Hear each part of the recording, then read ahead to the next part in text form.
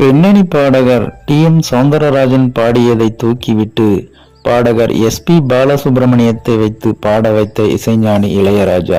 நடிகர் திலகம் சிவாஜி கணேசன் நடித்த திரைப்படத்தில் நடந்த ஒரு சுவாரஸ்யமான சம்பவத்தை பத்தி தான் இந்த பதிவில் பார்க்க போறோம். அதை பார்க்கறதுக்கு முன்னாடி hi friends, I am C Ilango. வணக்கம், welcome back to my channel. நீங்க இன்னும் நம்முடைய சேனலுக்கு சப்ஸ்கிரைப் பண்ணலனா உடனே ஒரு லைக் போட்டு சப்ஸ்கிரைப் பண்ணி சப்போர்ட் பண்ணுங்க. அப்போதுதான் நான் போடுகின்ற ஒவ்வொரு சுவாரஸ்யமான பதிவும் உங்களுக்கு நோட்டிபிகேஷனாக வந்து சேரும். வாங்க பதிவிற்குள் போகலாம். தமிழ் திரைப்பட உலகில் 1950 மற்றும் 60களில் எம்ஜிஆர், சிவாஜி போன்ற பெரிய நடிகர்களுக்கு பாடல்களை பாடியவர்தான் பின்னணி பாடகர் டி.எம். சௌந்தரராஜன் அவர்கள். தன்னுடைய கணீர் குரலால் ரசிகர்களை மயக்கியவர் இவர். எம்ஜிஆருக்கு ஒரு மாதிரி, சிவாஜிக்கு ஒரு மாதிரி என குரலை அழகாக மாற்றி பாடும் வல்லமை கொண்டவர்.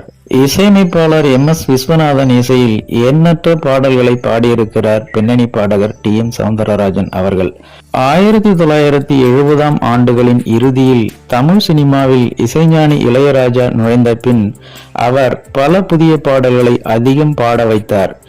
ஏற்கனவே எஸ்.பி. பாலசுப்ரமணியம் பாடிக்கொண்டிருந்தாலும் இசைஞானி இளையராஜா வந்த பின் அவரின் படங்களில் அதிகம் பாடியவர் அவர்தான். அதே போல எஸ். ஜானகி, சித்ரா, கே.ஜே. யேசுதாஸ், மனோ, மலேசியா வாசுதேவன் என பலரையும் பாட வைத்தார். இதனால் பின்னணி பாடகர் டி.எம். சௌந்தரராஜனுக்கு பாடுவது குறைந்து போனது. இந்த நிலையில் இசைஞானி இளையராஜா இசையமைத்த ஒரு படத்தில் டி.எம். சௌந்தரராஜன் பாடிய பின் அது தூக்கப்பட்டு எஸ்.பி. பாலசுப்ரமணியம் பாடிய சம்பவமும் நடந்துள்ளது. அதாவது நடிகர் திலகம் சிவாஜி கணேசன், கே.ஆர். விஜயா, சூப்பர் ஸ்டார் ரஜினிகாந்த் ஆகியோர் நடித்து 1979ஆம் ஆண்டு வெளியான திரைப்படம்தான் நான் வாழ வைப்பேன். இந்த திரைப்படத்தில் என்னோடு பாடுங்கள் நல்வாழ்த்து பாடல்கள், மங்கை எந்தன் நெஞ்சுக்குள், கங்கை எந்தன் கண்ணுக்குள், ஆனந்த கண்ணீர் அலைமோதுதம்மா என ஒரு பாடல் காட்சி வரும்.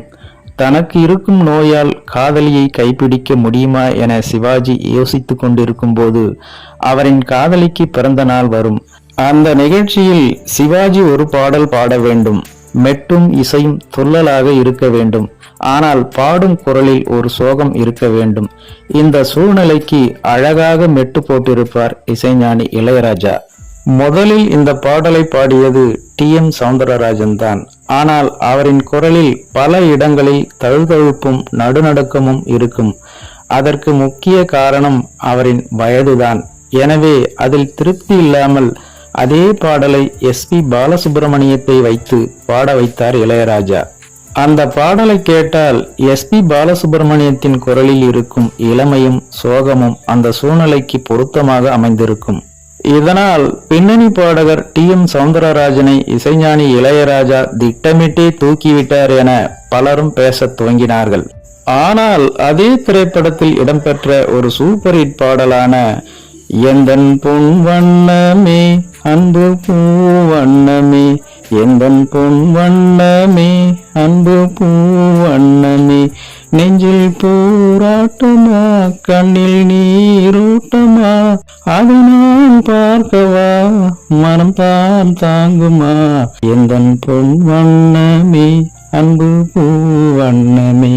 கோவில் இல்லை என்றால் தெய்வம் இல்லை, இங்கே நீ இல்லையே கண்ணே நானும் இல்லை, வானம் இல்லை என்றால் மதியும் இல்லை, உந்தன் வார்த்தை இல்லை என்றால் கீதம் இல்லை, நீ வந்ததால் தானே பூ வந்தது, நீ வாடினால் வண்ண பூ வாடுமே, என் ராஜாத்தி கண்ணே நீ கலங்காதிரு, எந்தன் பொன் வண்ணமே அன்பு பூ வண்ணமே. கவிஞர் வாலி எழுதிய இந்த பாடலை டி.எம். சௌந்தரராஜன் அவர்கள் பாடியிருப்பார். இசைஞானி இளையராஜா நினைத்திருந்தால் அந்த பாடலை பின்னணி பாடகர் மலேசியா வாசுதேவனை வைத்து ஒளிப்பதிவு செய்திருக்க முடியும். ஏனெனில் அப்போது நடிகர் திலகம் சிவாஜி கணேசனுக்கு அவர்தான் நிறைய பாடல்களை பாடிக்கொண்டிருந்தார்.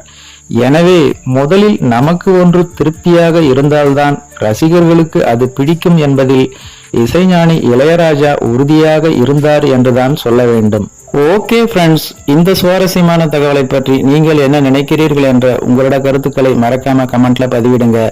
மேலும் இது போன்ற வேறொரு சுவாரஸ்யமான தகவலுடன் சந்திக்கலாம். அதுவரை உங்களிடமிருந்து விடைபெறுவது MC இளங்கோ. நன்றி, வணக்கம், வாழ்க தமிழ்.